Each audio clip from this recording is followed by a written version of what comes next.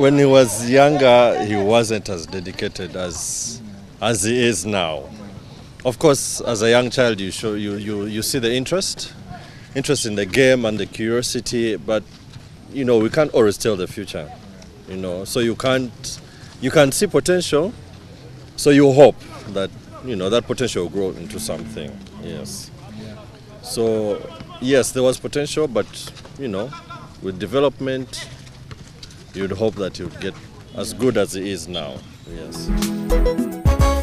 All right, before we went into the break, I asked Jimmy how hard it is to balance playing in the National Basketball League but preparing for the African level, preparing for the East African level, which is much more difficult, much more testing. How do you gauge yourself at the national level and make an assessment that this is good enough for what we want or it isn't? It's different basketball, that's the truth. And it's hard to see until you experience it. You were there, you went for Africa.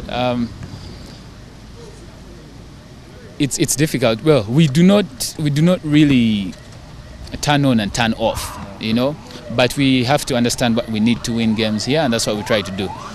At the African level, it's a lot more technical. It's quicker. The players are definitely bigger. They're more experienced.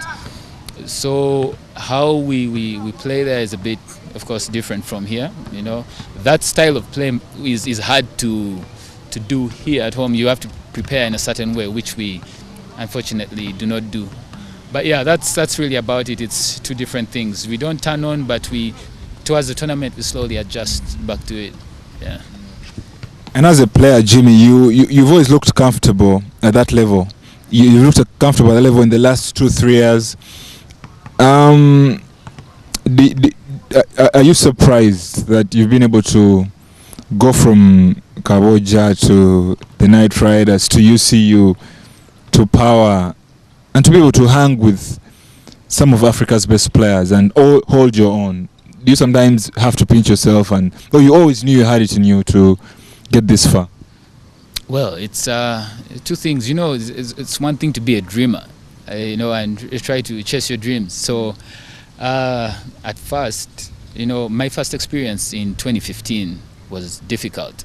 I thought everything was about you have to be quicker than this guy, and you're going to go for it 110%. But everyone there is quick, so that was one of the first lessons that I learned. So I had to watch film. I sat down with Haji.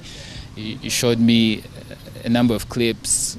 I saw a number of clips, and in the final of that tournament, I was with Haji and coach, and we were just talking about basketball. So that gave me a totally different perspective, of how the game should be played.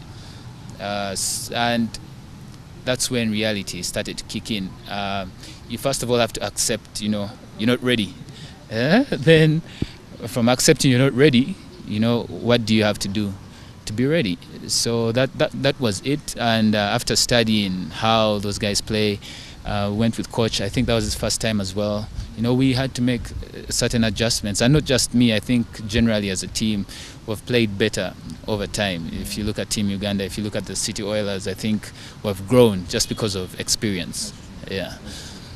When he's talking about the first time when he's referring to 2015, when along with the rest of the national basketball team, Jimmy played at Uganda's maiden Afrobasket, which was held in Tunisia. And Uganda finished 16th out of 7. They finished 15th out of 16 teams. And Jimmy, though he was quick, discovered that you need much more at that level. How did it change the way you prepare yourself and how you practice when you came back? I'll just point out one thing. Looking for spots on the court, you have to know your spots. You have to know where you're strong at, which hand you like more, where. There's just different dynamics of the game that you start to pick out. Looking defensively, what could work in your favor, what couldn't, what would disable the other team, right? And then how do you work together as a team? Just a number of things. It's really a lot, but it's something that you just get over time. Really, yeah. But how was that experience, just being there, competing and being schooled, being humbled, and how was it when you came back? If you had to write a book, what would you say about 2015 Afrobasket and Jimmy Enabu making his debut at that level? It was it was super intense. Yeah. First of all, we used to practice every morning and play in the evening. And before you play, you have 1 hour, almost an hour of warming up. So that was a new experience. In Uganda, we do not do that. We have first of all, we don't practice that morning of game day, and our warm-ups on the court are about 10 minutes, not more than that. So it was a totally different feel of trying to get yourself ready for a game. Then in the game, those guys were monsters because we had zero experience. Skill level, we could argue that we were not really up there. So it was very intense, extremely. Yeah.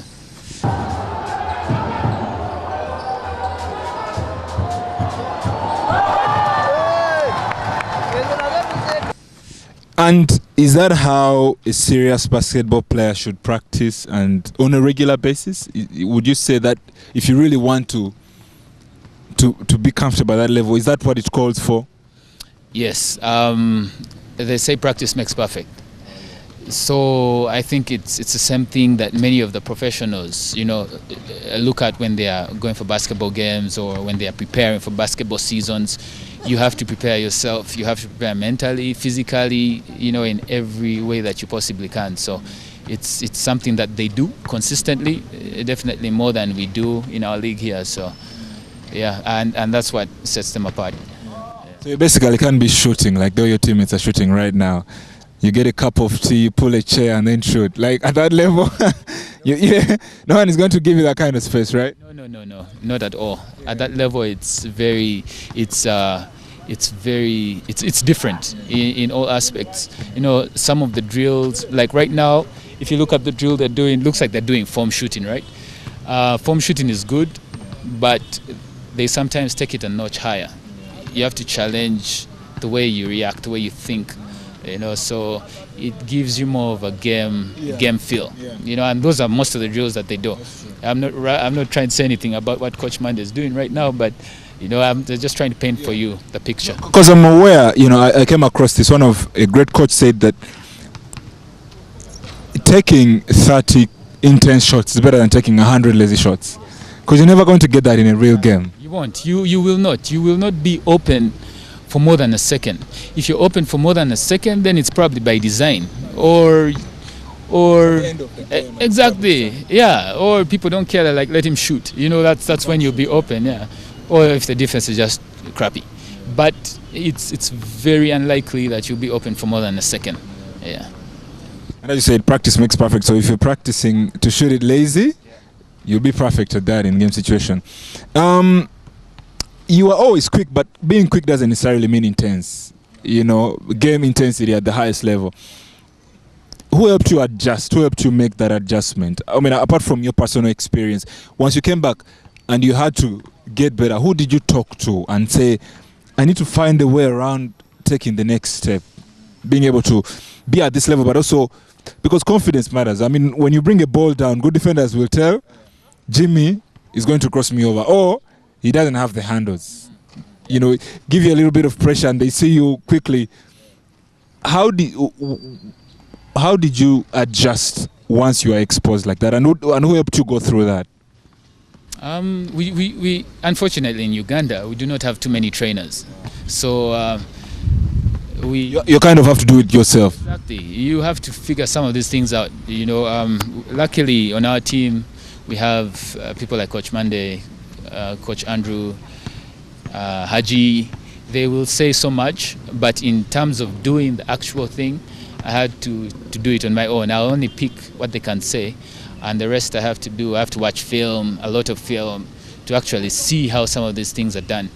And of course listen to interviews here and there, online coaching and all. So it's a lot of off the court as well. Then when you come to the court, you have a clear picture of what you're trying to do. I'm not satisfied. I've been managing him at City Oil and the national team. and I have seen it, the potential that he has. Where I want to help him is that consistency. Jimmy is somebody who can score 27 points against Nigeria, and then he might get 10 points the next night. So I always, after the game, I just sit down with him. We analyze together the game. We discuss what he have done wrong, and basically encourage him and prepare him the next game. And even when the game is going, I try to approach him and tell him stay aggressive, play defense. Just giving him tips because he's a good human being. He listens. He's somebody that you can approach easily. He doesn't take personal, that you are on his case. That why this guy's advising or telling me things. And the reason we do that because we see the potential in Jimmy. 2015 was tough. How was 2017 for you? 2017 was so painful. Maybe that's why I don't really remember, because we were so close. We had Angola. We could have killed them, but we didn't. Big shot at the top for three is good! What a bucket for Uganda! Cipriano turned it down, but here he takes it and he makes it! Cipriano ties the game at 84 with 30 seconds to go. Good pass, that's a beautiful play, and it's jammed in at the end by Moreira. That is a perfectly executed play, well finished. And that will probably haunt me forever, but, well, we live and we learn. Those guys have been there a lot longer than we have, so we shall give them the benefit of the doubt. But 2017, I definitely felt much more comfortable than 2015. But that gym in 2017, Senegal, was so hot. Oh my God, we could barely breathe. So I believe that kind of led to our, if you saw our second game, we could barely move. We scored, I think, 50 points the whole game. Yeah, so that should have been a win game for us. Yeah, but it was a good experience. Wow. When we come back after this break, we'll get a little personal with Jimmy. I know he's uncomfortable when you get off basketball, but we'll just try to know who he is when he's not thinking or eating basketball, watching film, crossing over, and giving him maybe that one dunk every season. Now that one every season. When we come back, you're on Off the Pitch with Jimmy Enabu.